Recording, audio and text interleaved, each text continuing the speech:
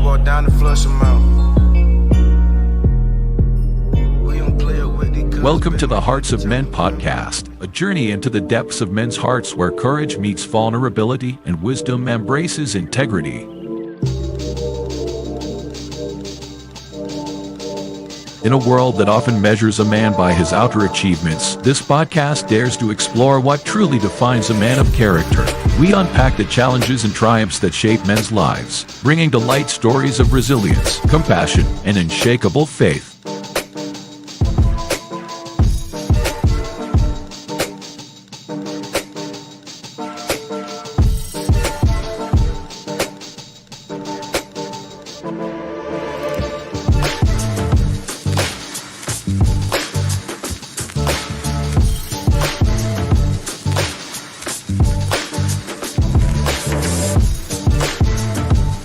We believe that the heart of a man is a treasure trove of untold stories, powerful lessons, and profound wisdom. Through authentic dialogues and insightful discussions, we aim to unlock these treasures, one story at a time.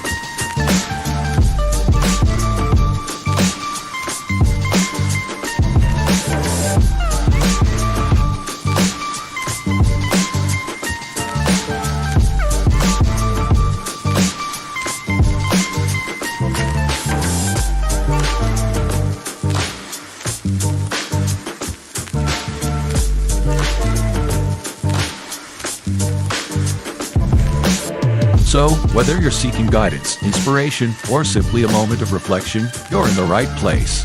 Get ready to be challenged, inspired, and transformed.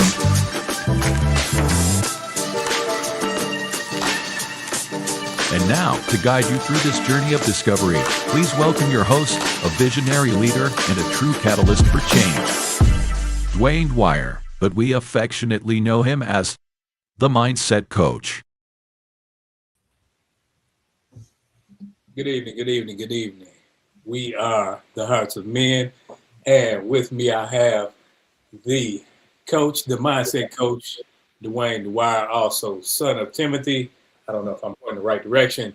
And he's also known as the Available Man, and I am Poor Man's Dr. Phil, otherwise known as Mr. Shift Happens.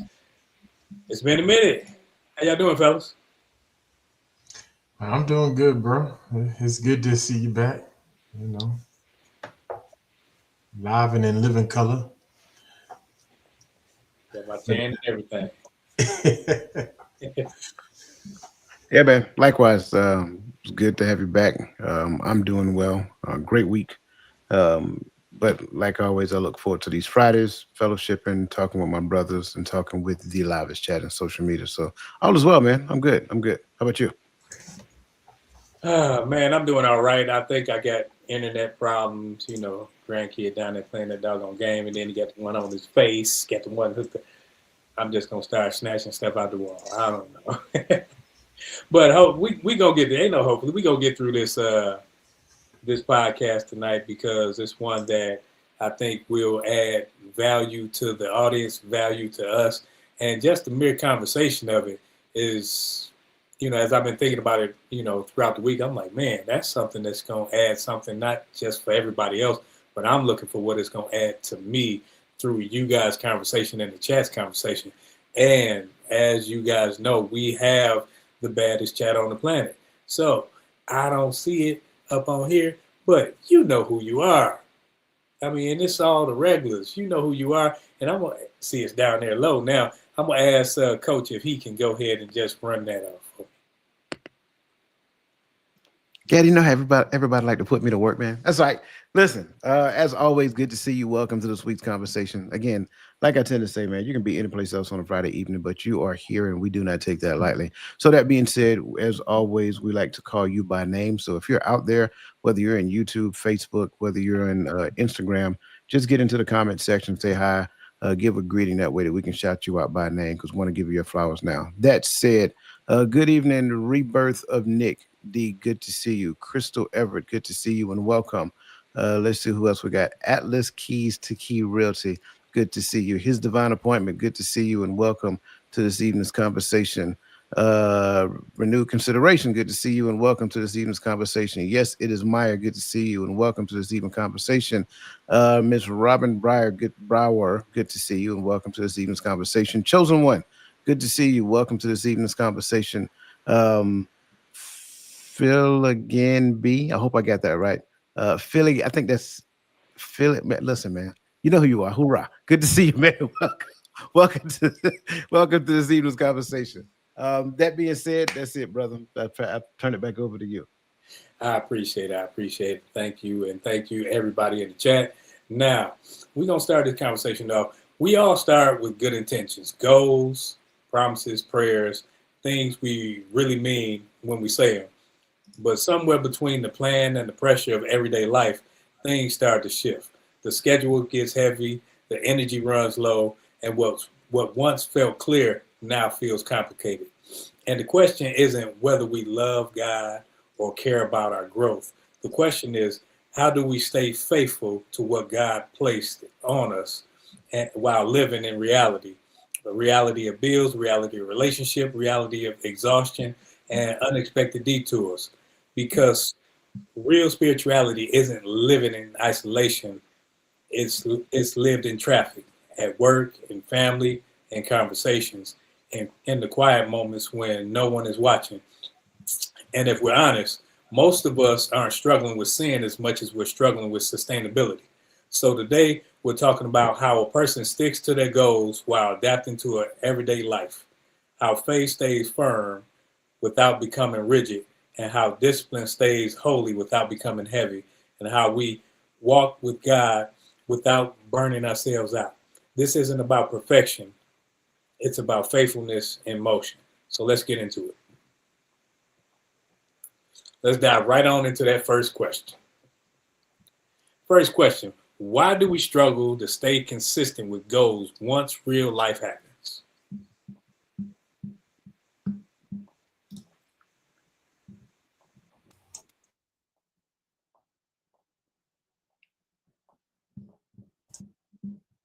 I don't know how I muted and unmuted myself, um, but I like this question. How do we?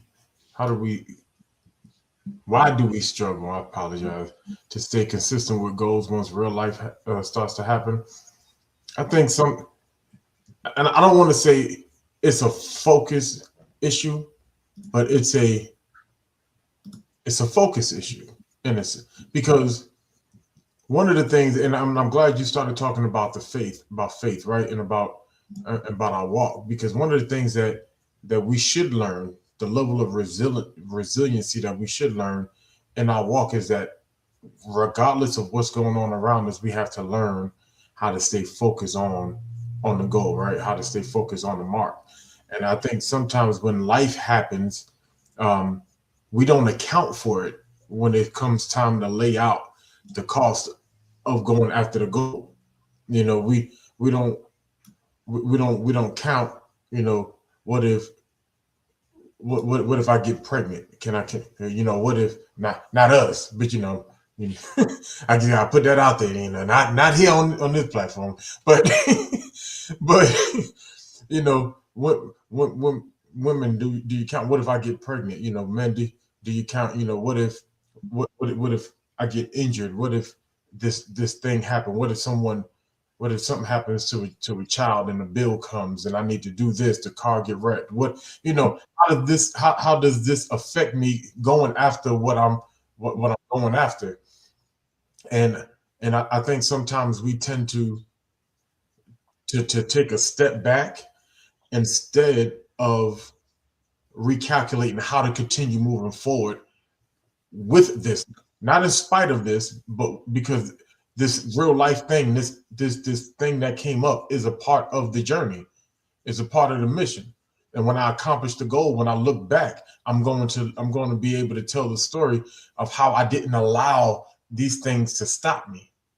I didn't allow these things to hold me back. So I think, to answer the question, I don't think we count the cost from the beginning. And so when these unexpected things happen, it kind of freezes us in that moment.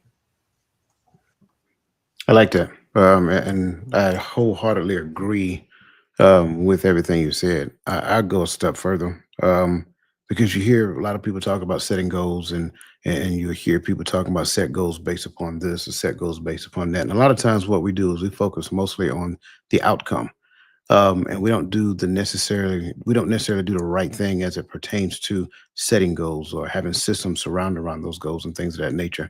And so a lot of times, even though the outcome would be nice, we're not necessarily closely connected to that outcome. So, in essence, we end up setting goals through the wrong lens or from the wrong place. But if we set goals according to our values and things of that nature, now that's different. That's totally different because now I am more deeply nested into that goal because it becomes, in essence, a lasting pursuit of who I am. So now in that realm, if I get sidetracked or whatever, and I'm not trying to go, I don't want to go ahead, but if I got sidetracked or whatever, it's easier for me to get back in line because it's nested in my values, and my values become a lifelong pursuit, not just something I do for this particular season or in this particular moment. So, going to your question, why? Because it's just rooted in something that's fleeting, and I have not yet made a connection to it. I like that. I also go to motivation. Sometimes we're motivated to do a thing. We're motivated to, okay, I'm going, like people say, I'm gonna start working out and I'm gonna do this, that, and the other. Then life actually happens, and instead of looking at it and saying, man, I've already developed a system. All I had was mere motivation.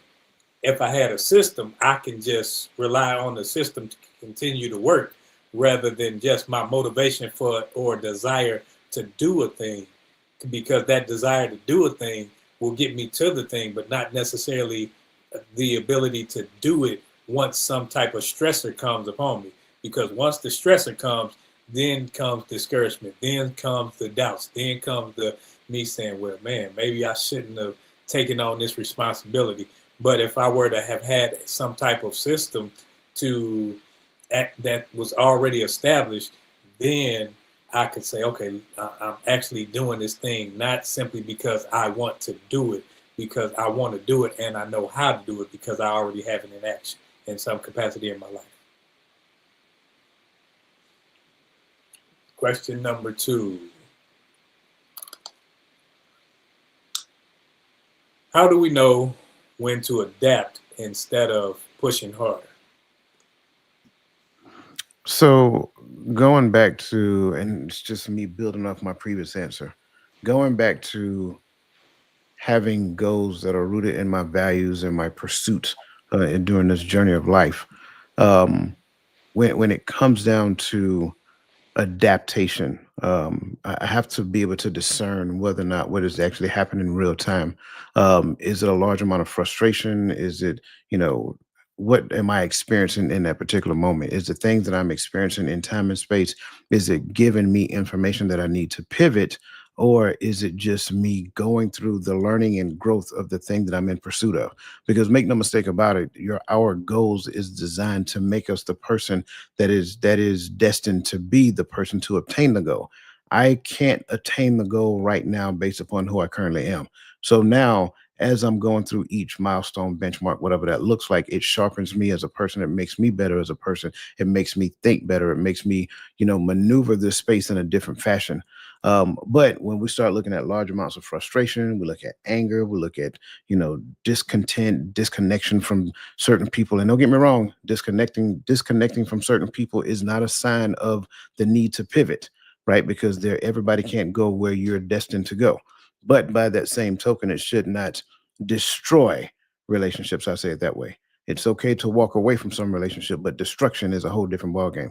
However, I'm going back to the whole frustration thing. If it's a large amount of frustration, I have to be able to discern whether or not that frustration is something that is trying to teach me and move me from my spot in order to grow and elevate, or is it something that's trying to give me information real time that I'm going in the wrong direction?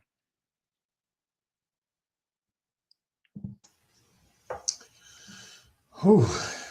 This is a good question because this one actually got me thinking.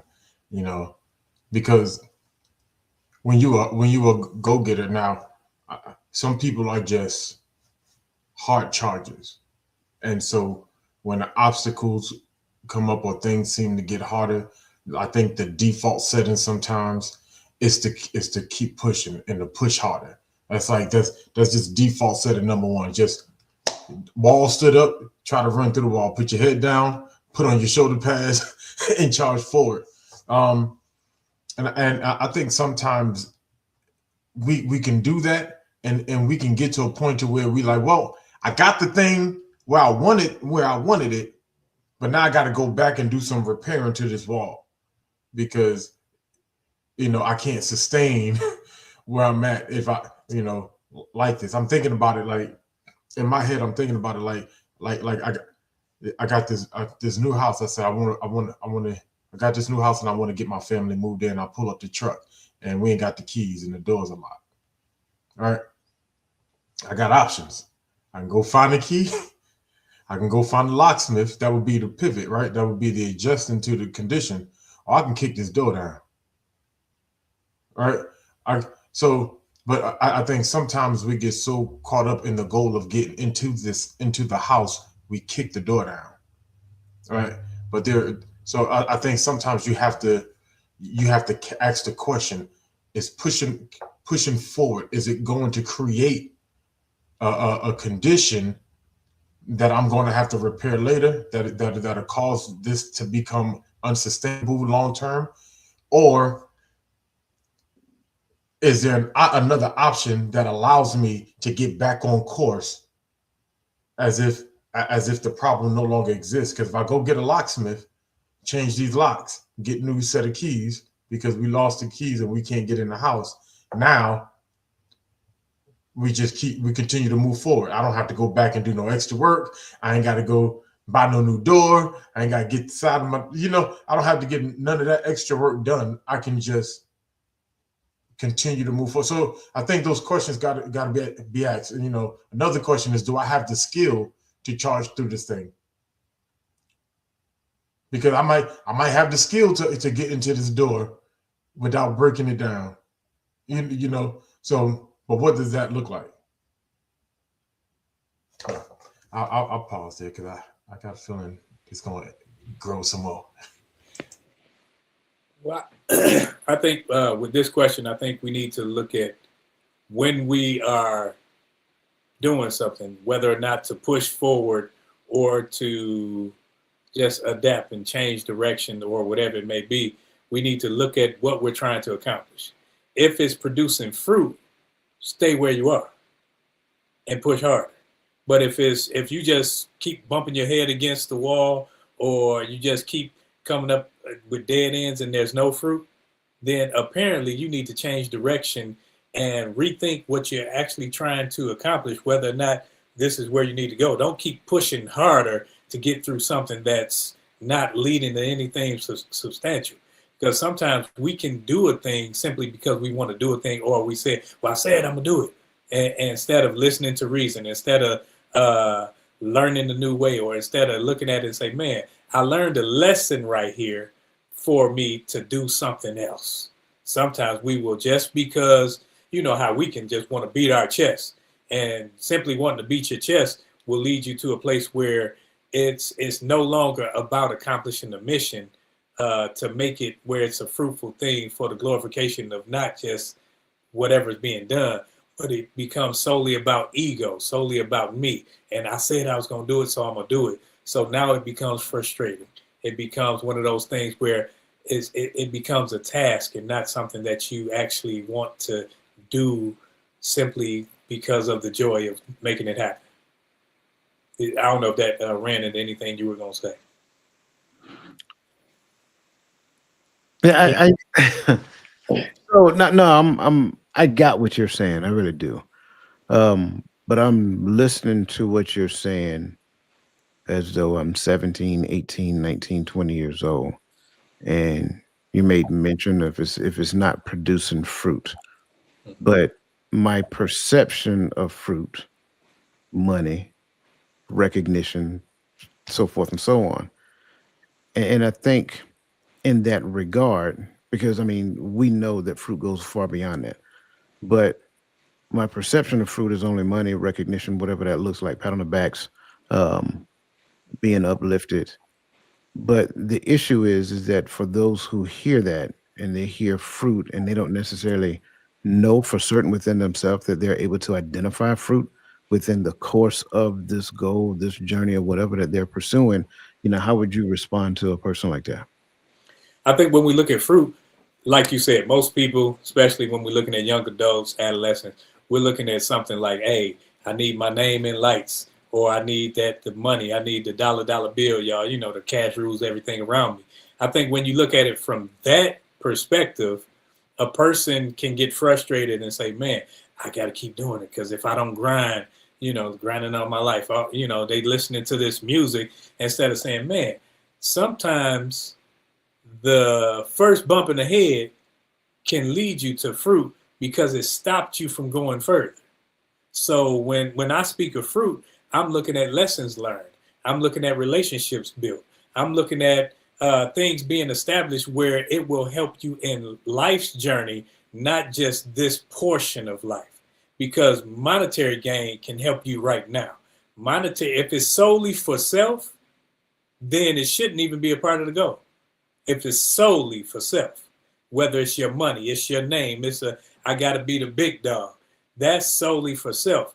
But when it's okay, I had the ability where I failed in my mind right here, but I was able to gain a relationship with a brother, and now we have a connection and we can build on other things. Or I found a mentor, I found a mentee, something that leads to life changing things where we can sustain one another, not just me.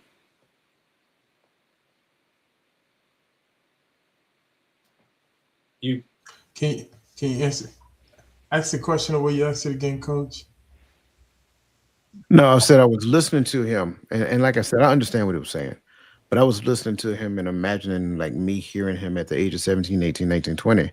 And when he make mention of fruit, at that young age, in some cases, a lot of cases really, that their perspective of fruit may be money, maybe recognition, maybe elevation, whatever that looks like. And my question to him, like, what would you say to that person? And I love his response because I agree wholeheartedly. Yeah, yeah, and that makes sense. But I think when you're dealing with a lot of young people, the why sometimes is slanted. And I think even let me not say young people, with young and old people, sometimes our why is slanted. And I think that's why sometimes also we come into like mental uh roadblocks, not just outward, things of life happening. Because sometimes I get on this train of doing the thing, and my why doesn't really align with where I'm trying to go as a person, right? And so now I have to readjust my why, which can sometimes readjust not just what I'm doing, but how I'm doing, how I'm going about it. So this may still be the goal, but my why changed. I want to I want to become an influencer because why? Because I want to make money and I want to be famous and I want my name everywhere. I'm gonna go about it one way, but when I stop and say, you know, because I want to be a vessel, I have to change my why because the person I'm trying to be is not vain.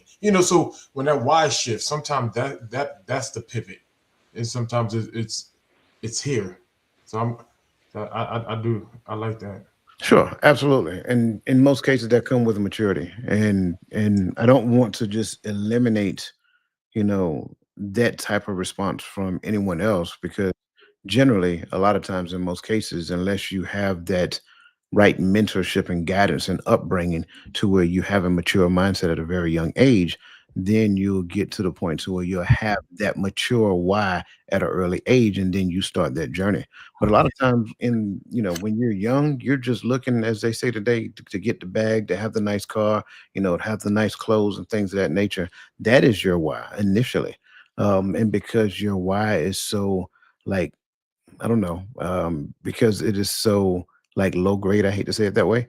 On the scale of value, then ultimately you got to learn another lesson en route. You still may learn some valuable skills. You still may learn, some. You still may have the opportunity at some great relationships, but there's something else that you're going to have to learn that recognizes that people come before money.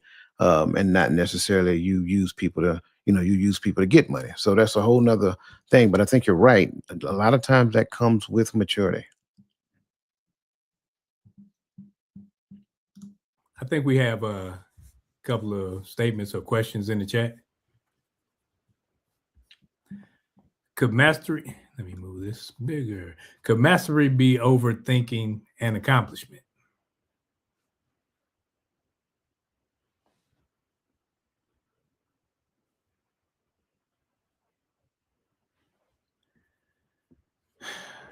I feel, for me at least, I'm in my coach moment in my head where I'm like, say more. Yeah. And that's one of, when you say could, that's like it can, but it's one of those things where I want to see what she has to add to that, because when you're trying to master a thing, you will find yourself thinking and making sure you got to check the checker, you got to check yourself, you got to do the checks and balances. So there will be a lot of thinking and overthinking to go back and forth. So sometimes you can overthink to a point to where it's a detriment to the goal, because what could have gone right, now you didn't give time, as coach likes to say. Like, so when my son came to me, he said, "Dad, I want to play basketball." I immediately wish I had more time often in the summer. I was like, man, I need to get into the education field so I can have my summers off with my kids. You know what I mean? Like, because really, here's the thing: because you want to come from a kid who didn't grow up playing basketball, that wasn't your thing, and now you want to make the team in high school, right? How do we get there?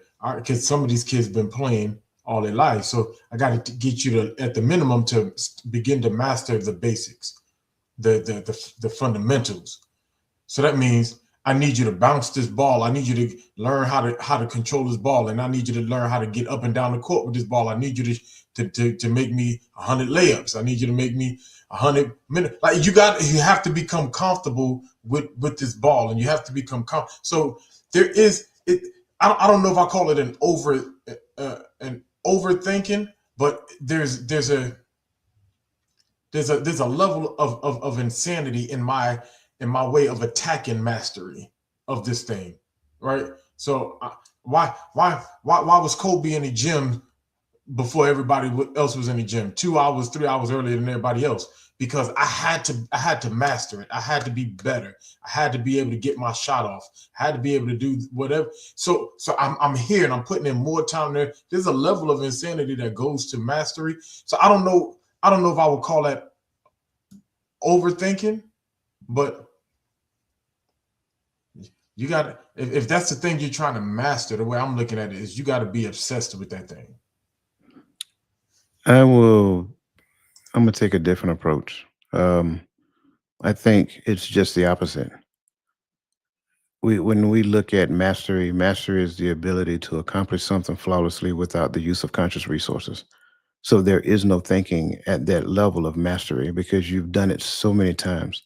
It's an old saying that amateurs do it until they can get it right. Professionals do it until they can't get it wrong, right? It kind of taps into the notion of Mushin, right? Mushin means no brain. So at the end of the day, when we look at mastery, whether we're talking task mastery, skill mastery, whatever that looks like, it is the ability to consciously do, it is the ability to do a thing over and over and over again, achieving a higher level of success without the use of conscious resources. So does that involve, and I go back to a question because I don't want to mess it up. Could mastery be overthinking an accomplishment? No. There is no thinking when it comes down to when it comes down to executing a task flawlessly without conscious resources. Now, when you look at the accomplishment alone, can a person actually over embellish their accomplishment by thinking too highly of it? Absolutely. But I don't think that has anything to do with mastery. I think that has more to do with arrogance. I definitely agree, because I think someone else put in the comment, and I don't want to mess it up, but somewhere along the sorts of thinking that we have achieved when we haven't really done anything at all. And I think that's what that was alluring to, right? We, because I think we do get to that point to where we boast before we've actually accomplished, right? Because I get too high because I do get that, you know, you want to celebrate the small wins on the way to the goal, but I think sometimes you can get too high in the small wins and thinking that that's the accomplishment of the goal, and forgetting like, hey, there's something else to achieve here, you know, like, and I know I keep going back to sports, right? I was in my New York Knicks group on social media, and everybody in the group were acting like we won the championship when we won the end season tournament. I was like, that's good. It's good to see that we at this point we playing at a higher level than everybody else. But there's a goal at the end of the season that's beyond this goal. So we get so caught up in this little win, and we think we've become. And I love that the Knicks organization said we're not going to raise a banner because we got a goal at the end of the season. I don't want to get too high on this goal that I forget, because it can become arrogancy, and then arrogancy can create complacency.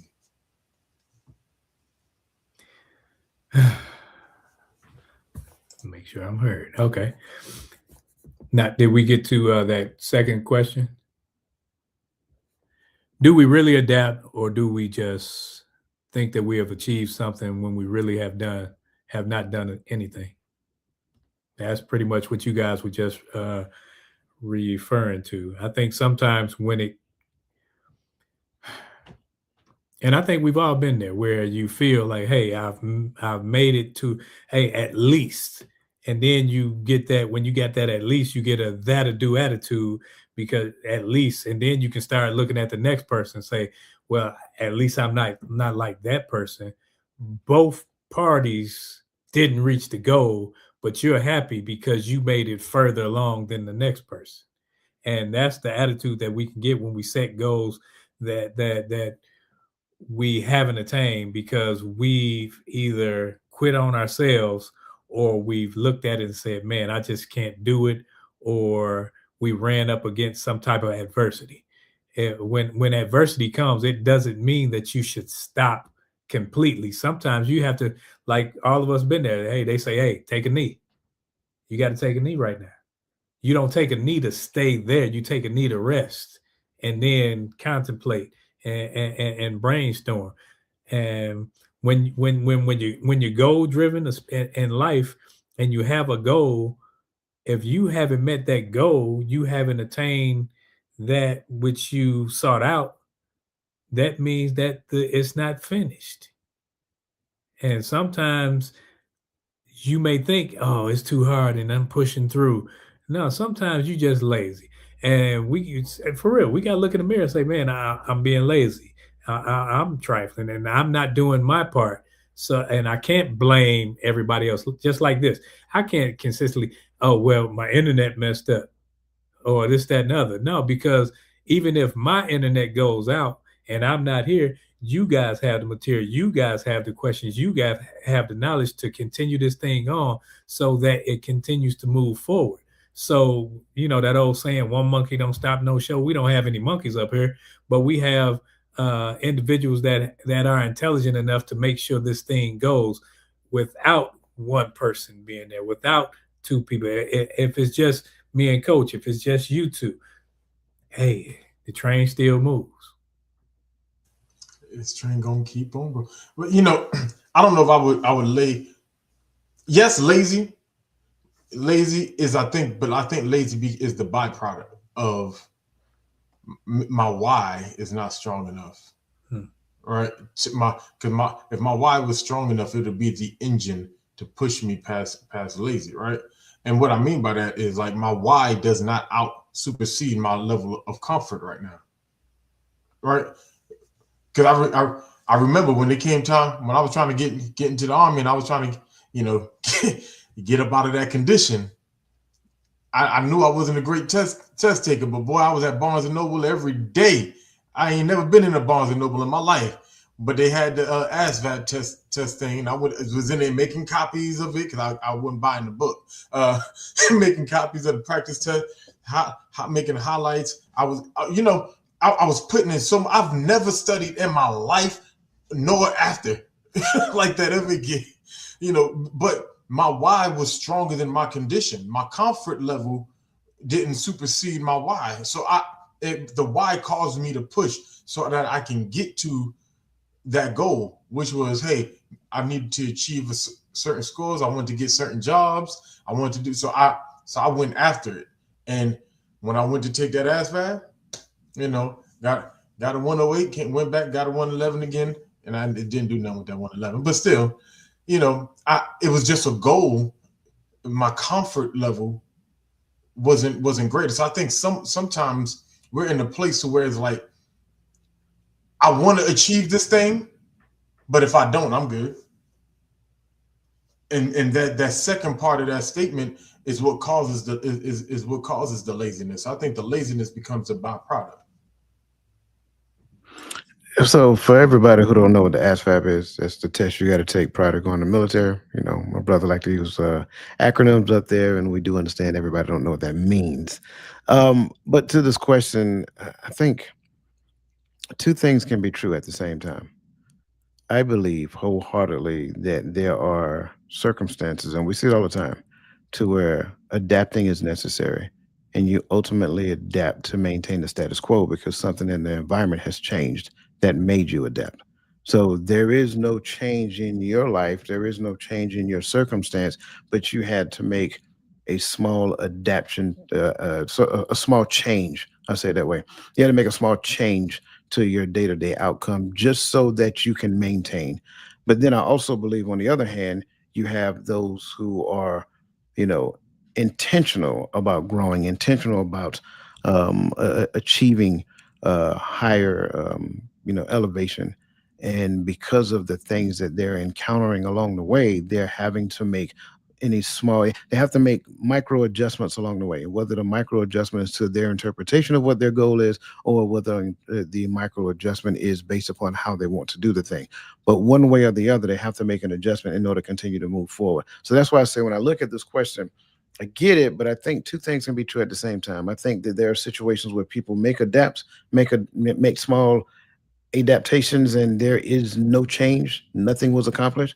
But then I also believe that there are circumstances where you adapt for the sake of a greater change that you have been working towards. Definitely. And I think, Gaddy, you're kind of leading into where I'm thinking into the next question, because I think sometimes, especially if I'm a younger person, because I've dealt with trying to be a young entrepreneur and looking at how they always ask you, well, what's your why? And it always comes back, when I was younger, to money. Like, money gonna solve all my problems. If I get this money, I can get mama out the hood. If I get this money, I ain't worried about this car being broken. If I get this money, the kids will have what they want. So let's ride right over to question number 3. Can discipline be spiritual without becoming legalistic?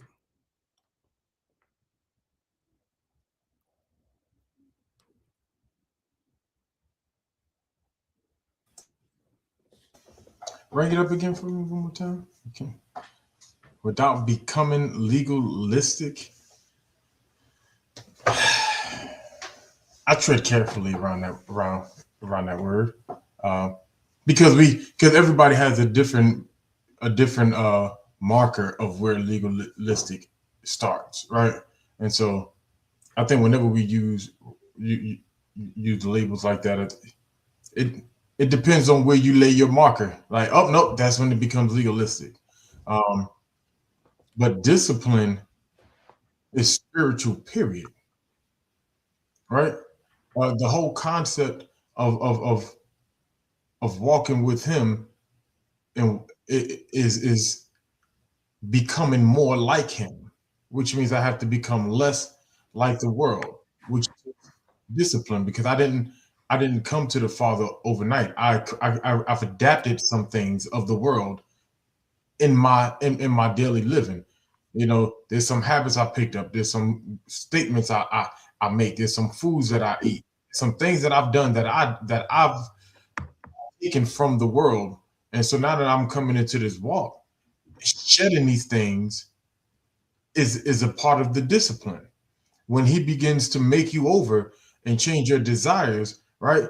Can you drop the desire to stick with what you're used to? Because I think sometimes and that's that comfort we talk about, right? Can we get ready to be uncomfortable? Because that's when the change that's when the change happens. Like I have to become uncomfortable with the things that I'm used to doing so that I can begin to put on the things of the spirit. And so, but you know, Romans 7 tells me that the law is spiritual. But so when we start talking about, that's what I'm saying. What are we talking about legalistic? Because is it just simply what's written? What's the mark, or is it to where we're so legalistic we forget what the goal of the law was, right? Because that's definitely a thing. So I'm a yield because I can ramble on this one. I think I love what you're saying there because you're right. I think the confusion behind this is that when people see the term legalistic, it's an automatic shutdown. It's an automatic turn off. It's like, oh no, that's just wrong, wrong, wrong, wrong, wrong. I don't think the term legal and spiritual is separate for starters, right? And when I say legal, I mean I'm referring specifically to law. You cannot say that spirit and the law is separate. There is this thing that the Bible references, the letter of the law and the spirit of the law, understanding the difference between the two. So I will sum it up by saying it like this. If my desired outcome is compliance, then I think we're in the wrong arena. If my desired outcome is transformation, then I think now we're seeing where it meshes, right? Again, if compliance is the goal, that's legalism. If transformation is the goal, the spirit of the law, that is the goal from what it is, what we should be looking forward to. So now that makes me, because I remember this phrase, and you guys heard it. You can't be so. What is it? You can't be so heavenly minded that you're no earthly good. And I think it's very interesting when I hear that, because at the end of the day, if you pay close attention to what the Bible tells you, the more heavenly minded you are, the more earthly good you are. That's really what the truth is. So we'll mix things up and we'll say certain things because it sounds really good, but at the end of the day, the idea of that the law, like Gaddy said, the law itself is spiritual, but the issue is that I'm carnal. So I need the transformation that happens within me so that the spirit makes it possible for me to be able to keep the law. That's how it works. So when we look at this whole notion of, separate the two because one is wrong and one is right. No, both of them is right. You just have to reconcile in your mind where you cause the divide, because that's always the issue. I'm glad you took it further because I was because that's where I was standing at. Like, so what? Because if we're just talking pure definition, that's exactly where I was standing. Like the law is spiritual. So, but are we talking about that we're so? Because I think we get to the point to where we're looking at how the Pharisees were. So where it was no longer the law. You were saying what the law said, but what you were doing was not what the law intended. We were outside of what, like what you said, we were outside of what the spirit of the law was. And so now if that becomes legalism, that's legalistic, because you made the law seem like it was so harsh that I couldn't hold that yoke upon my neck, when he said his yoke is easy. See, I love where both of you guys went, because I think that being legalistic is fear driven.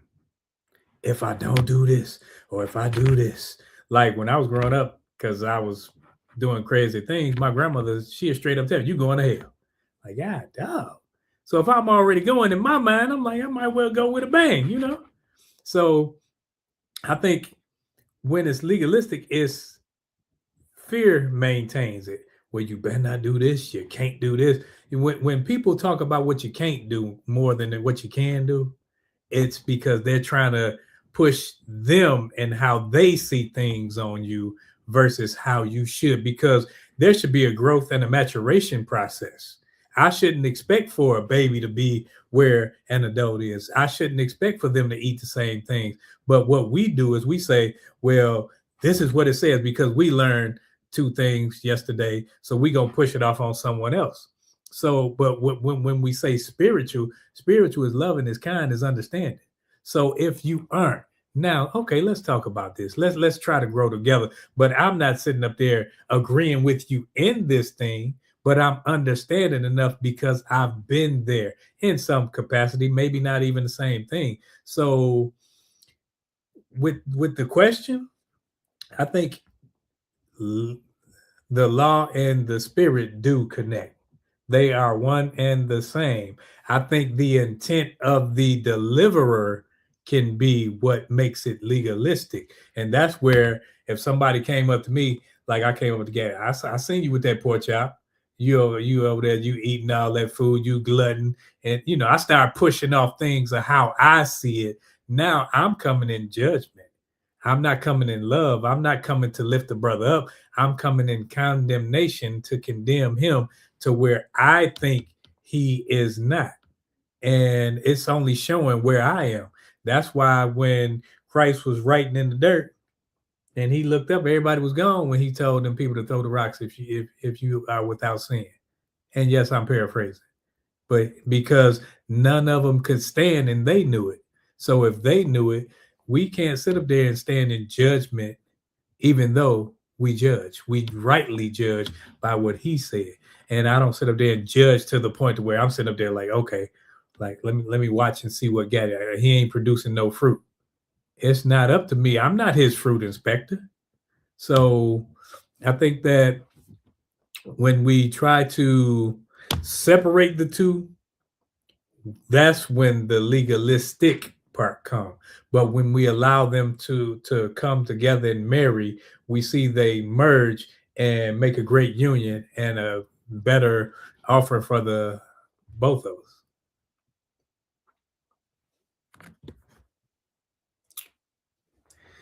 And next,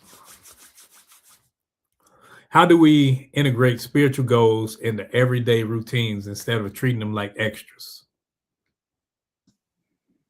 I mean, I hate to be that guy, but just do it. I mean, do it. How do it? That's it. I mean, yeah, like Nike said, just do it. I mean, make it a part, make it a part of your calendar. Make it like alert. Set alarms. Do whatever it is you got to do until it becomes a habit. I think that's the thing. I think what we're talking about is habit formation at this point. There are some people that say it takes 21 days to form a habit. It's some people that say it takes 66 days to form a habit. I don't really care how many days it takes to form a habit. Just form the doggone habit. Be intentional about doing it.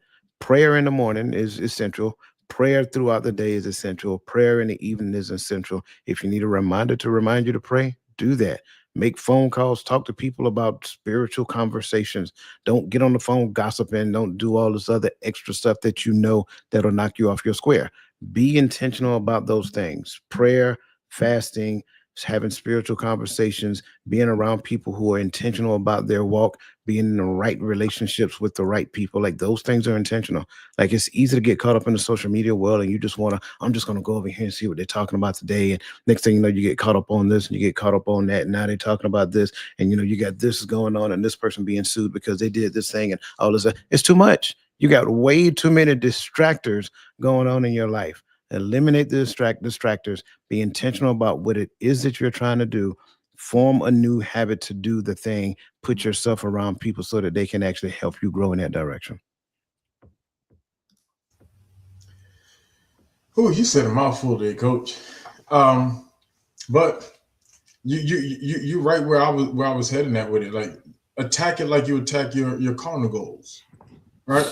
When you plan to start that business, when you plan to meet that fitness goal, when you plan to get that promotion, when you plan for that education, it becomes a part of your daily routine because you make it a part of your everyday routine. You do it so much. You do everything that Coach just said. You put it on your calendar. You create your vision board. You got your steps. You got step 1, 2, 3, 4, 5 for each minor goal in the major goal. And so it's like when I'm looking at, do I have goals in the scripture, or do I just want to look more like him? Anybody ever said, I want to learn how to fast? I want to learn how to pray and reach the Father. I want to know how. You get what I'm saying? Like what are our goals? Is it just, I hear people all the time say the same thing. I want to read the whole Bible in a year. What verse you read today? And that's and instead of trying to, and I like that Coach said, just do it. You know, if the goal is to read the scripture, wake up and read it. Read it before you go to sleep.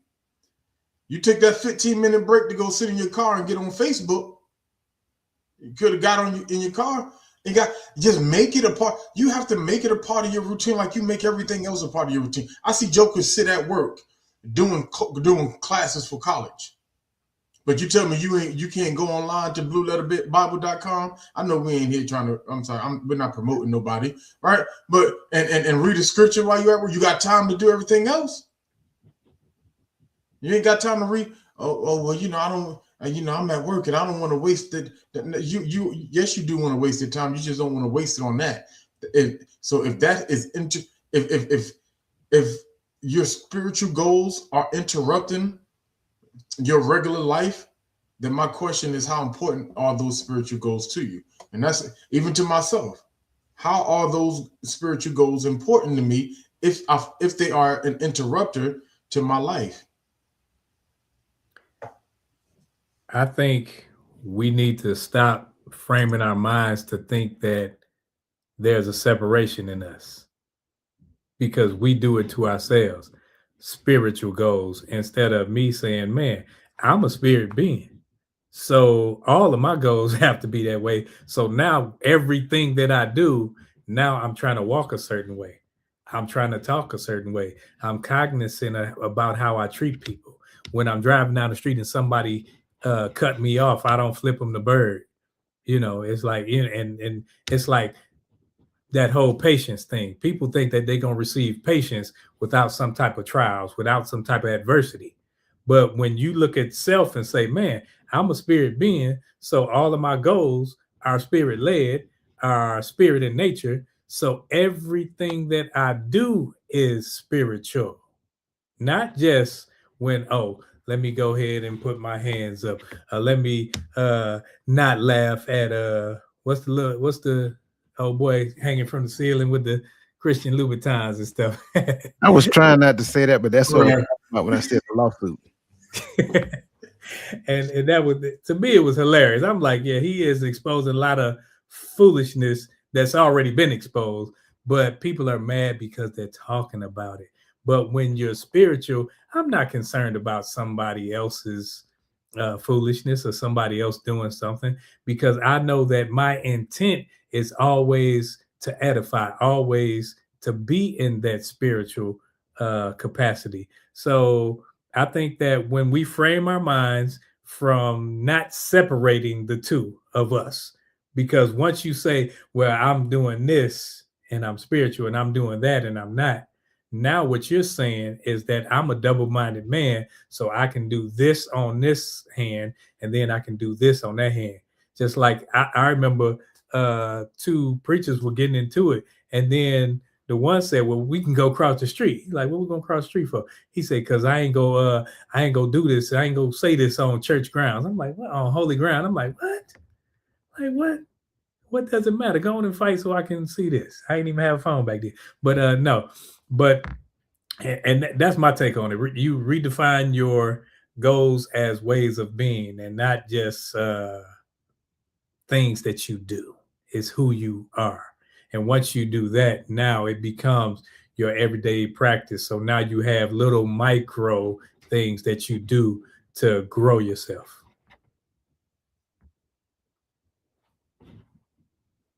Okay, see, boy, I know I'm on it now.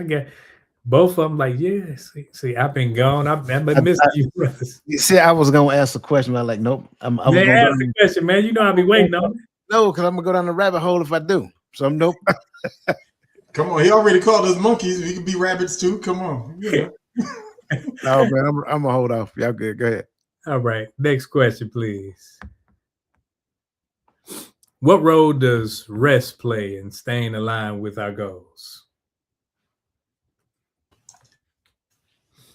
I think unpopularly, I think this is probably one of the most important roles in staying aligned is learning when to stop and pause. I think it was I know Coach be having different buddies jump in there when so I'll be mixing them up. But was it Steve? Is that his name? Stephen? You talking in chat? Yeah, Stephen Kyle. Yeah, but he talked about taking that combat pause. Right? He put that in the chat somewhere. But you gotta know when to stop and when to not just so. Let's just talk about the importance of rest, right? People don't understand. Like we talk about the Sabbath, and we try to figure out the Sabbath is, what day the Sabbath is, but the word that he created is rest. And how important is rest? He rested. I tell people all the time, they're like, I'm like, listen, and this is why I made the Sabbath important to me, because that's the one commandment out of all commandments that I can see in scripture that the Father himself kept. He kept it. First thing after he made all things, he rested. And so if he needs to rest, because once he made us, now he neither slumbers nor sleep. So but so why don't we see the need to rest? We'll work 7 days a week if we could, but you have to have a time to pause. He created that for you.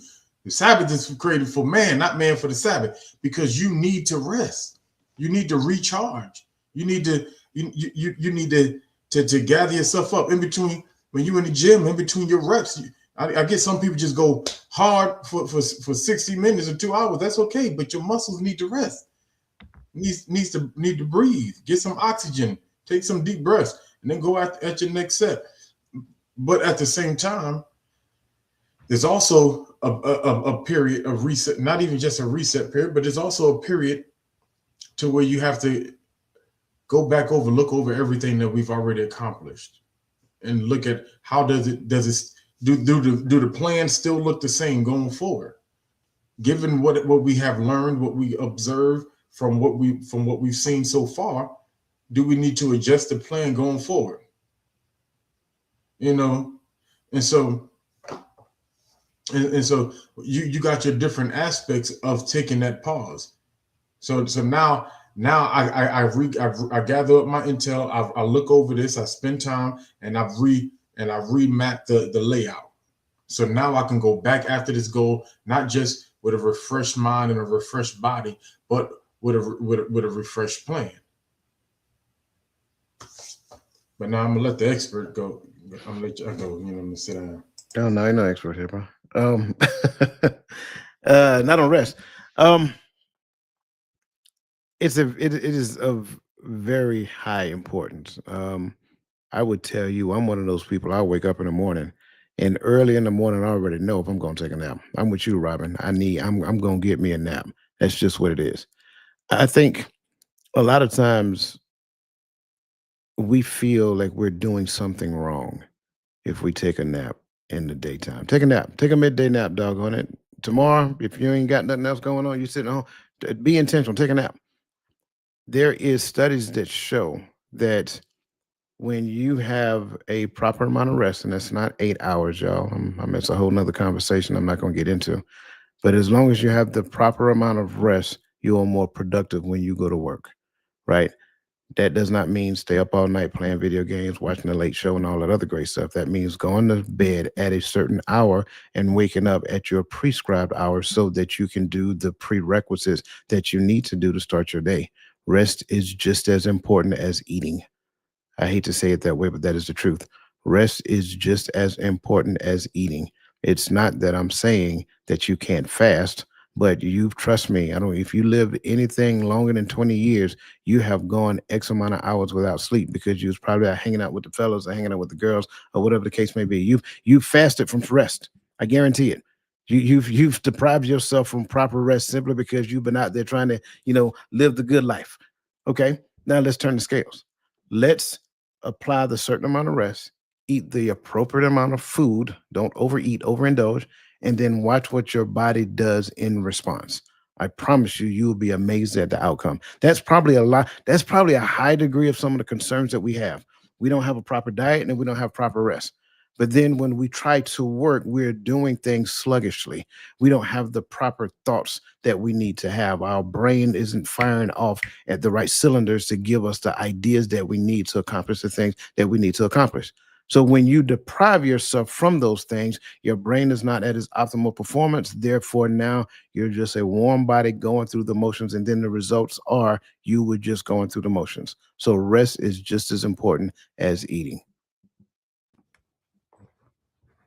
Exactamundo. That's what he used to say.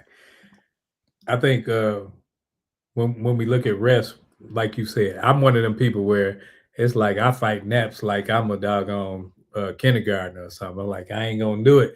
And then I sit in that chair and then I kick that chair back.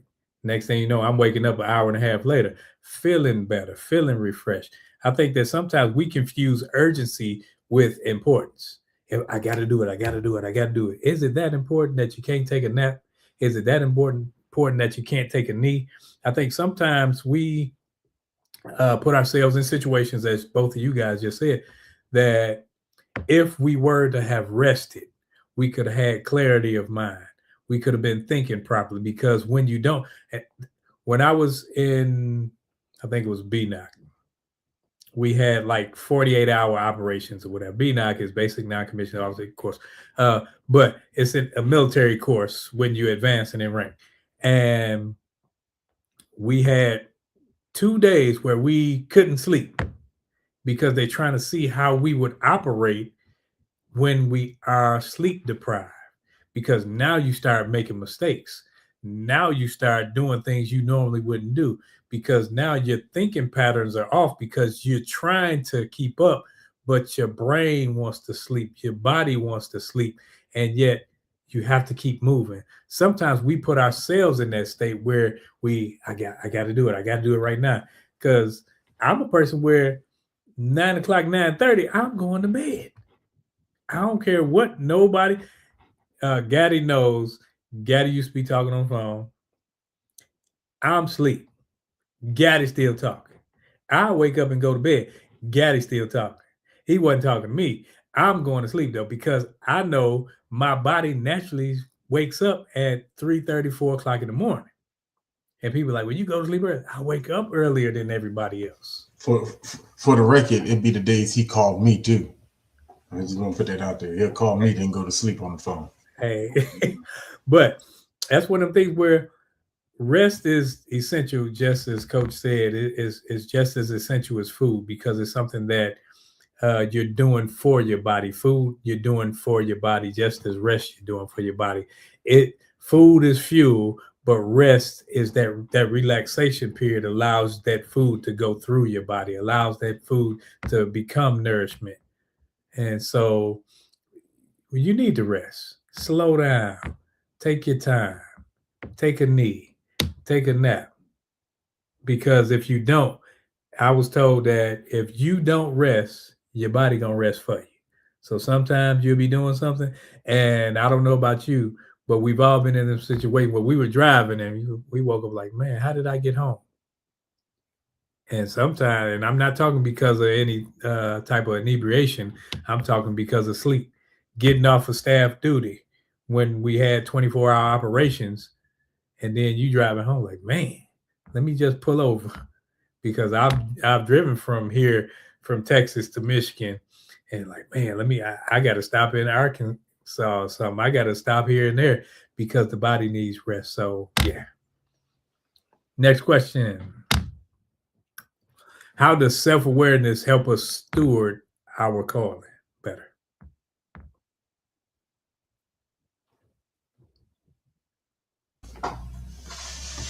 I jump on this on this one, man.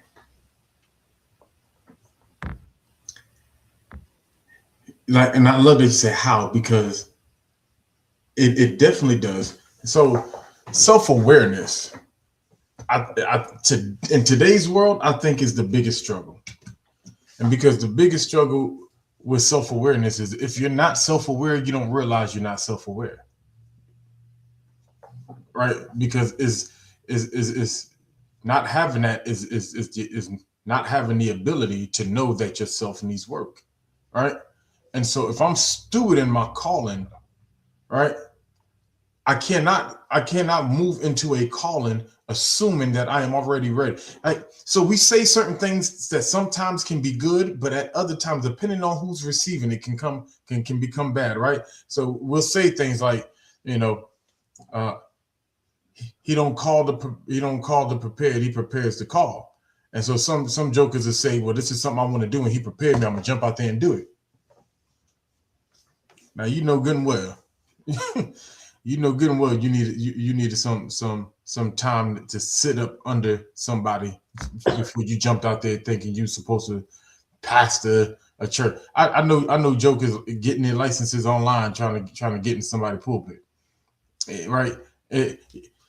People laugh, but this is serious. Like this is what people are doing because they've taken it. Well, if he called me, I'm just gonna do it this way. Well, and whatever this calling that you believe that he has called you to do, there is something that has to be done to you first.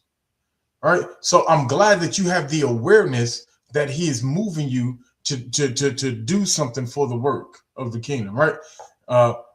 Now, what does that look like? Because here's the thing. If I move outside of preparation, I make the kingdom look bad. Because I'm adorning his name and I'm moving forward out of order. And now, even if I begin to lead people, I'm leading them out of order. And now I sit back and I'm wondering, how did we get here? And because I don't have that self-awareness, I'm not even wondering. Other folk that know better looking at me saying, what in the world happened? We talking about the dude that we saw with the harness on coming through the ceiling of his church, like he Chris Brown at a concert, you know. And yeah, I know we saw Drewski make fun of that guy too, right? But how did we get there? Because nobody became here's where I believe part of the self-awareness when it comes to our calling comes from. It's because we don't know what is entailed in that calling, because we don't know what his word says about said thing. You may think you called to do something and the scripture says absolutely nothing about it.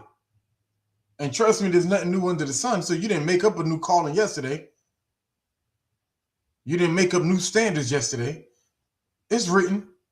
He's given us the examples and he's given us the blueprint. But do I mirror the man of God of the scriptures before I get out there and saying I'm a man of the Most High? Or am I somebody that needs to continue to grow? And so when we talk about self-aware, what role does it play in our stewardship? It is the role. You have to continuously continue to make yourself over, right? Like Paul sits and said, I'm one who was born out of due time, because he had that he became self-aware. And then if you don't have self-awareness, let me just put it like this, just from the example of Paul, if you don't have self-awareness that you're not in alignment with what you think you're called to do, my question is going to be, did you even have that encounter first? Who called you? Because if your calling allows you to move out of order, who called you? I'll leave that right there. It is very hard to be self-aware when you're self-absorbed. I'll start there. The concern with self-awareness that I believe that some people encounter is that they believe at the stage or at the point that they were identified to do a thing, however they were identified, whether they got, and I'm just going to use this as an example to kind of lead into what I'm saying. Well, just because you got the title does not necessarily mean you have the maturity that the title is requiring to have. Having the title or being aware that you're going to obtain the title is one thing, but there is something that happens between the time that you become aware and the time that you are appointed into that position. And that right there is a humbling experience that happens within you. There's a lot that you learn about yourself if you allow it to happen. But the problem is, we keep focusing on the title. And every time you meet somebody, that becomes your lead in statement about who you are. You're trying to impress people with your title. I am this, I am that, I am nothing without him. So when we look at this whole notion of self-awareness, and I think one of the most important words in that question is stewardship, which means that I have a responsibility to not only do the thing, not only do the thing well, but to actually create. You got to go back to Hebrews chapter 11, right? Everybody understand it, the faith chapter, right? Now, faith is the substance of things hoped for, the evidence of things not seen. But I think stewardship is next. It says, by faith, the elders obtain a good rapport. So it doesn't matter if we're talking about elder poor man Dr. Phil, whether we're talking about elder son of Timothy. It doesn't matter. But because of the position of elder, they come in it with a good rapport. Now they have a responsibility to uphold the rapport that the mantle of elder require. See, I don't think a lot of us think about stuff like that. We don't think about the stewardship and what it really means. We don't think about what our own personal responsibility is in this relationship that I have with the Most High for the thing that He put me in charge of doing within my own little realm that He gave me. That's a responsibility. That is the identification of a relationship. And I think too many times we have this entitlement when it comes to relationship. And we'll talk more about relationship tomorrow morning, right? But we have this entitlement because I've obtained the relationship. Now there's nothing left for me to do. I'm here now. I've arrived. All hail me. No. Humble yourself and sit down for a second and recognize that you're in the relationship to serve. That's what the calling is all about. I don't care what the title comes along with it. The calling is all about you serving. You can be pastor, deacon, elder, evangelist, whatever other type. Is all service. You are called to serve the saints and to find the ones who are thirsting for Him to actually move them out of the world into the kingdom. But here's the deal. For each and every individual, we all have to be aware of self. And I cannot be aware of self if I'm so in tune and absorbed with self that I can't even see the things within me that you are telling me. And then I automatically reject it when you say, hey, brother D, can I holler at you real quick? No, man, I'm busy. I got to go, I got to go do this right here. But I just need to talk to you real quick. Okay, what's going on? Man, you might want to look at, man, you know what you're talking about. When you get here, you let me know. What? Come on, y'all laughing because y'all heard it before. I'm just saying that's some of the stuff that you hear. It is mind numbing. So I hope Roland can talk and he looks stuck. But that's what that's what I'm gonna land right there, man. You can't be self-aware when you're self-absorbed. And I love where you went. And when you were talking, I was thinking about David. I was like, David was king when he was Jesse's boy, but he had to grow. He was still king. He had to grow and go through some things, and so that he can learn, hey, it ain't about me. And sometimes, and we all, sometimes we all got to go through that learning phase where it's not about me because, sometimes we can think, oh, I'm in the gym every day. I'm doing this and I'm living this. And so now it starts to be, as Coach was just saying, that self-aware phase. I think that being self-aware allows me to focus on the goal, but my portion of the goal. Because sometimes we can say, well, it takes a village. Well, it's not your responsibility for everybody. And sometimes we have placed more on our backs. Well, I got to do this and I got to do that. And you keep saying all these I's, saying what you got to do. And it's on you and it can't move without you. And now you become that self-absorbed person because now in your mind, they can't move unless you make it happen. So we have to get to that point to where we look at it like our calling doesn't equate our capacity because our capacity is limited. And if I'm depending on me, I never sit up there and say, dang, let me sit down and say, hey, coach, I need pray for me. Simple things. We won't even go there. Only that, hey, I need $100, coach. We'll go there. But when it comes to the things that matter, the things that's going to help build me from inside out, I ain't calling coach. He got too much going on. So now it's all about me again because I don't want to look weak. I don't want to look the part. And as coach broke it down, we're talking stewardship of this thing. That means I have a responsibility to manage it. It's not mine. I'm managing it. So I'm managing my time.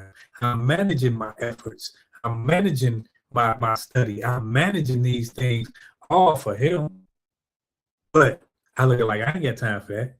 I got to do this and I got to do that. So now when I step back and I say, okay, I'm self-aware, which helps me discern, or I'm thinking about the calling and I focus on that. So now it's all about the calling. When I look at calling, when you see, what's his name? Drewski, he talked about people who so-called walk in calling, not self-aware.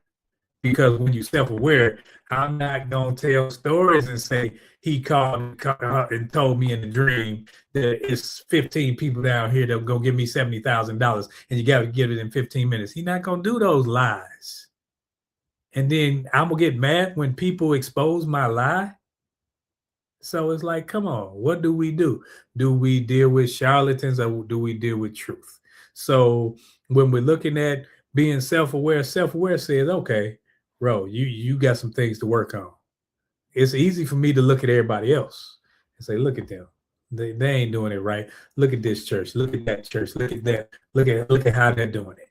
And once I start doing that, I'm not looking at self. I'm looking at everything but self.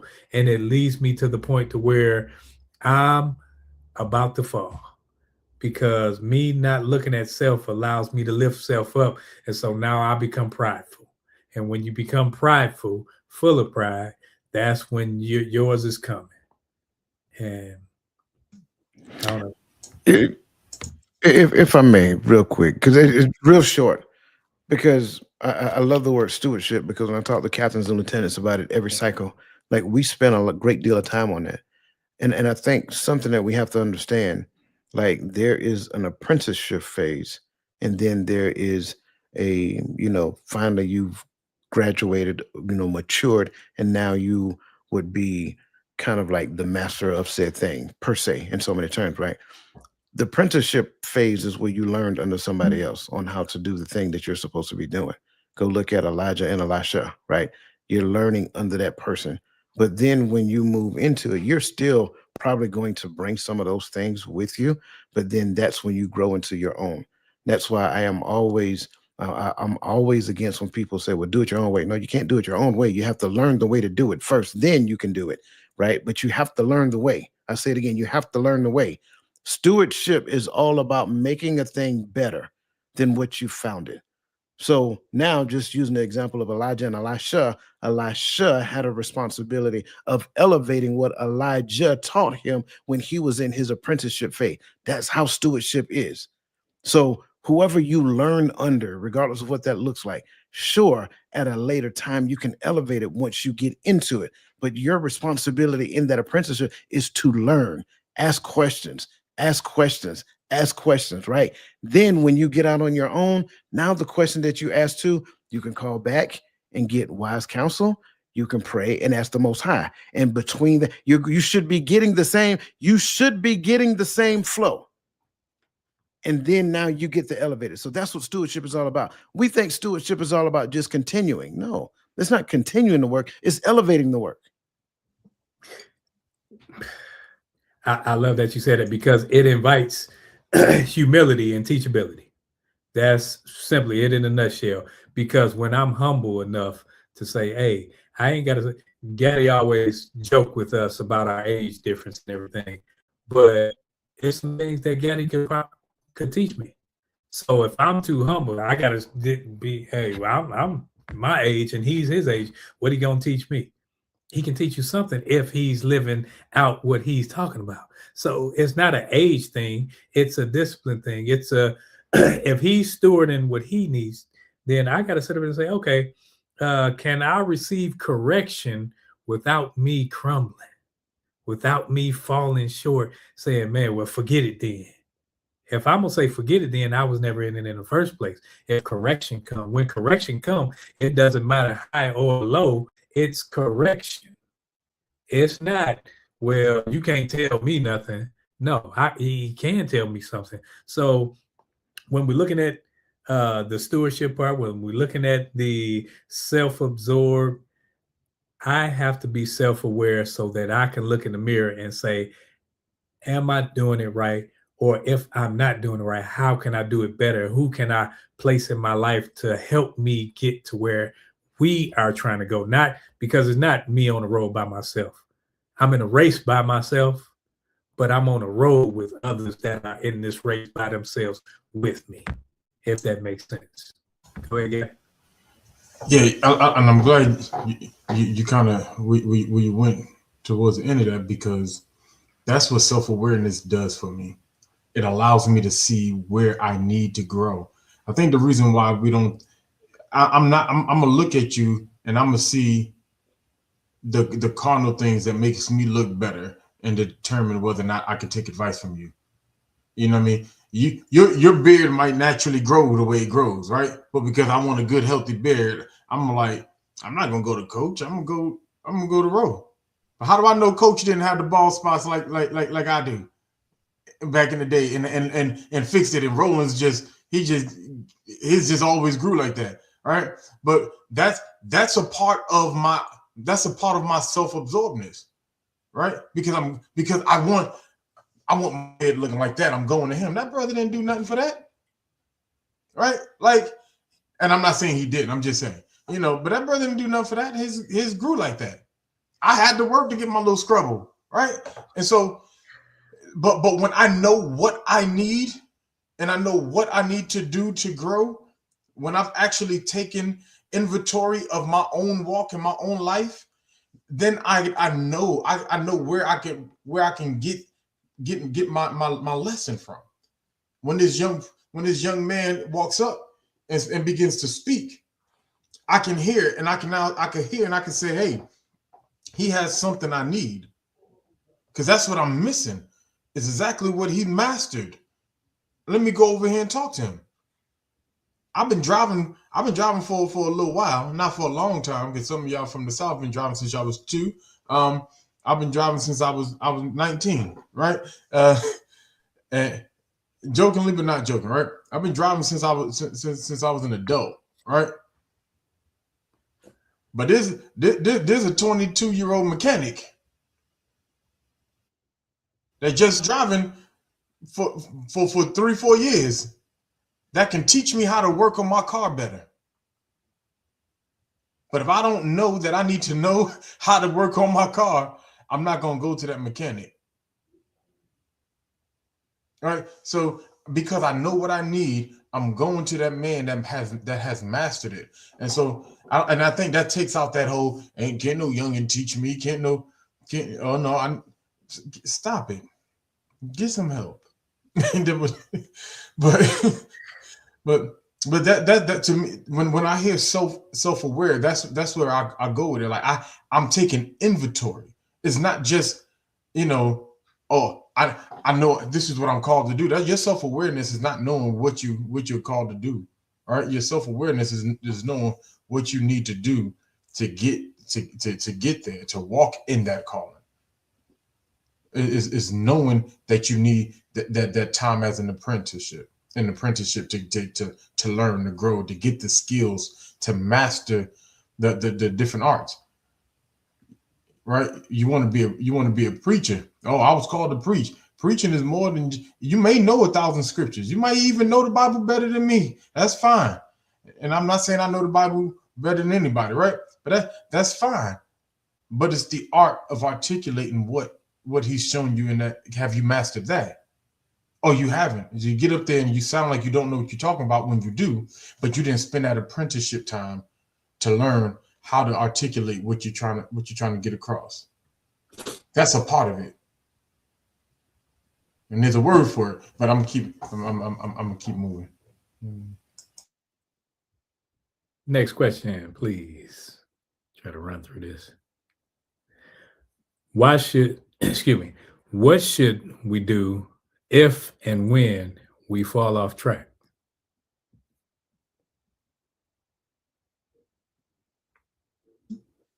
Get back on track. Look, man, I'm not trying to be funny. I knew it. I can't listen. I wish this was a written test. I passed this one here all day long. I'm not trying to be funny. Get back on track. It's not if, it's when. That's what the reality is. It's not if, it's when. If an opportunity presents itself for something to happen, 9 times out of 10 it's going to happen, unless you already are consciously aware of how to overcome said problems and you plan for contingencies when those things show up. But at the end of the day, like we talked about in the beginning, if your goals are rooted in solely the outcome and you're driven by motivation, when these things happen, not only will you get knocked off track, eventually you'll get tired and you're not going to want to get back on track. And you will be like those people who make those New Year's resolutions to lose 20 pounds at the beginning of the year, and come February 1st, you're not in the gym simply because you fell off track. It's not rooted in anything concrete, rooted in values, so forth and so on. So now when you get knocked off track, sure, it's just a minor setback. It's just a hiccup in the road. It's just a speed bump, whatever the case may be. But it's easier to get back on track because it's rooted in your identity. It's rooted in who you are. It's rooted in what you're striving to do. So don't be getting caught up or wrapped around the axle about, oh, well, what if this happened? Listen, let me be the first person to tell you, so the what if that you're talking about, it will. So when it happens, you need to already have already resolved within yourself that I am going to get up and get back on track and keep moving. And yeah, I don't want to stay there too long because I want to hit this next one. But James 1, read James 1. You can start at 1, you can start at 2. It says, count it all joy when you fall in the diverse temptation, knowing that read James 1. Next question, please. Why must goals be rooted in values and not just outcomes?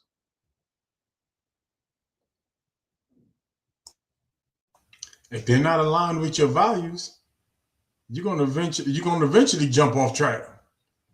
Right? You're not going to. So let me preface by saying all of the values that you call family values, or my grandmama, my mama taught me, are not your values if they're not in you, right? And so this doesn't go for people who will come around and say, well, I was able to accomplish this. That wasn't aligned with my values. They weren't your values. They were just something that you learned. It was something that, and I think what we do with values is sometimes, and same thing that people do with their relationship, with their so-called relationship with the Father, is convenient when it's necessary. And it's good when it's needed, but when it's not needed, it's a burden to them. And so, how can I live my best life and hold on to these values that Big Mama taught me, that Granddaddy taught me?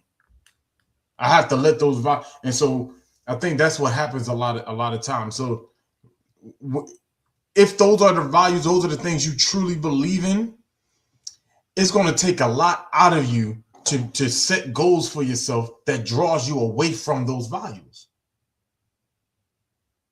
That if it's something that you truly hold dear, if it's the values you strive to live after. I can't set goals to go do this, and this is what this is what I believe. This is why I tell people I don't think that these folk truly believe.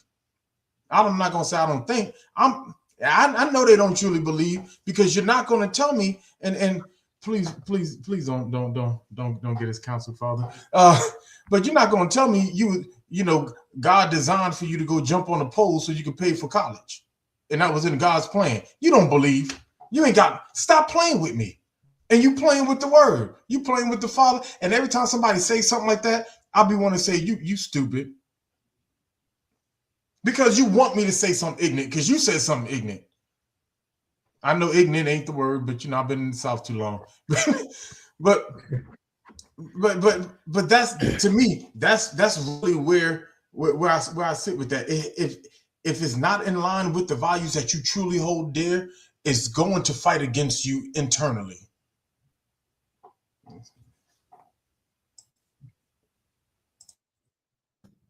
Yep, I agree. Hey man, that was my last answer. I literally answered the question the last time I spoke. And I'm satisfied with that, because it is what it is. That's one of those where it's like, I know we say common sense ain't common, but it's like when you're striving for something, things of like mind and things where that's common to this, it is what it is. You don't you don't have to, as they say, beat a dead horse with something, because you know. And you know how to move, especially when we talk values, when we talk sustainability, when we talking being self-aware. Those things that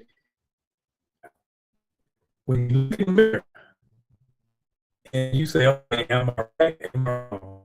I don't know if I'm going in because I want my screen keep doing some fun stuff." Yeah, it sounds like Empire Strikes Back right now.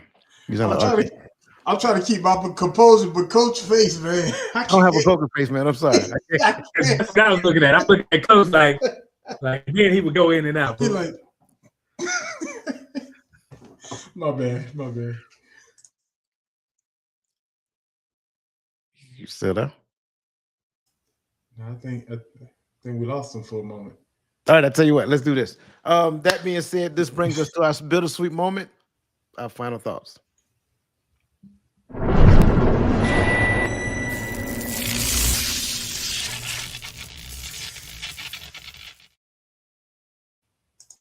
All right. As always, I greatly appreciate this conversation. When we look at the topic for this conversation is most people get this wrong about failing goals. I believe, first and foremost, one of the things that we get wrong about failing at goals is, number one, the goals that we establish. I think we establish goals from the wrong place. I think we establish goals with the wrong outcomes. So first and foremost, understand how to establish goals. That's number one. Secondly, I would say failure. You need to get in your mind, and you heard it tonight. Failure is not failure. It's just setback. It's just a minor setback, but most importantly, it is feedback. It is information that you need about yourself, about your system, about your process as it pertains to the goal that you're trying to accomplish. So again, remember, failure is not it's not a huge setback. It's just really feedback. Failure does not mean that you have a lack of discipline or desire. Again, recognize it as information, nothing more, nothing less. Success is also built on grace. That's key. Success is built on grace, not just grit. That's the other part, because I think sometimes we have this grinded out mentality. I'm gonna just put my nose down and just keep working hard and I'm gonna get there. No, there's a lot of grace that you're going to have to encounter. I didn't make it 24 years in the Army just off of grit. Trust me when I tell you, there was some grace along the way. People who know me, they know. Last but not least, and I'm gonna leave this here, and I allow somebody else to chime in and leave some more. But consistency comes from connection, not willpower. You have to be connected to the right thing. You have to be connected to the right people. You may have willpower, and willpower may sustain you for a period of time, but it won't take you through the duration of time. And those are my final thoughts. Man, I appreciate that, Coach. Appreciate you, Ro, for this topic, for this for the questions that you hitting hard on this one. Most people get this wrong about failing goals. Is that you failed the goal. I think that that's something we get wrong. I don't think you fail the goal until you completely surrendered unto it. I do believe everything that Coach just said, right? That sometimes it's the outcome. And here's something that I always talk about when we talk about goals. Is for me, it's the pre-work, right? How much research did you do? I think sometimes, like Coach said, we map out the outcome improperly because we don't know what the outcome is supposed to look like. Once again, did I take on a mentor in this field? Or am I just good at what I'm setting out to do? Did I seek even if the mentor is not good at my craft, they may be good at the business aspect. Teach me about business, teach me about building infrastructure, teach me whatever that goal is, right? Teach me, I want to be a singer. Anybody ever taught you about about stage presence, about handling the entertainment world? Like these things, I must be able to, because I don't know what that outcome looks like. And so when I set this goal, there's the expectations are not realistic in that aspect. So I always talk about doing the work ahead of time. So because I did my work ahead of time, and now I mapped it out better, right? And I went after it, and I failed. Does that mean that I don't believe that failure is failure until I actually give up on the goal? Because what do I need to do is when I fail, I need to go backwards, observe what happened, and take all of the data, all of the research, all the information that I have about everything that I did leading up to the point of failure, so that I can go after and attack this thing again. I can make the proper adjustments. I have the lessons learned. The more that I do a thing, the more that I am into a thing, the more I learn about the thing. Right? And so I made some people, I like to cook, but my food may just taste good for me and my family. When I make it for everybody and they don't like it, I'm listen to the reviews. Listen to what people saying. Listen to because now it's just beyond me knowing how to cook. It's me knowing how to cook for the public. So I'm taking in that data, that information, and I'm applying it to the thing that I'm doing. And then I'm going back after this goal. I never stop going after it because this is all a part of the process. Failure is a part of the process. It's not failure. It is data collection. The first time you went after it, that was data collection. Now that you got the data, now we can readjust, and now we can continue to push forward after this thing. So when you look at the goals that you're going after and you didn't achieve them, you didn't meet the time marker, maybe you didn't need to put that time marker on it. Maybe you just needed to achieve the goal. Maybe you just need to obtain the information. And that's all I have on that. All right. Got a text from Roland. He can't get back on. So that being said, listen, we appreciate you guys staying longer than normal with us. We pray that this conversation served you and hopefully it helped somebody. So that being said, make sure that you send it, forward it to somebody else who you think that will find value in it. If you got young adults, send it to them. Hopefully they'll find value in it as well. Tomorrow morning, 10:30 a.m., there's the Hearts of Women. Make sure that you're here because I think there'll be another great conversation. And do not forget, it's pinned in the comment section on YouTube. January 31st is the webinar that we have. Also, it's here. Scan that QR code.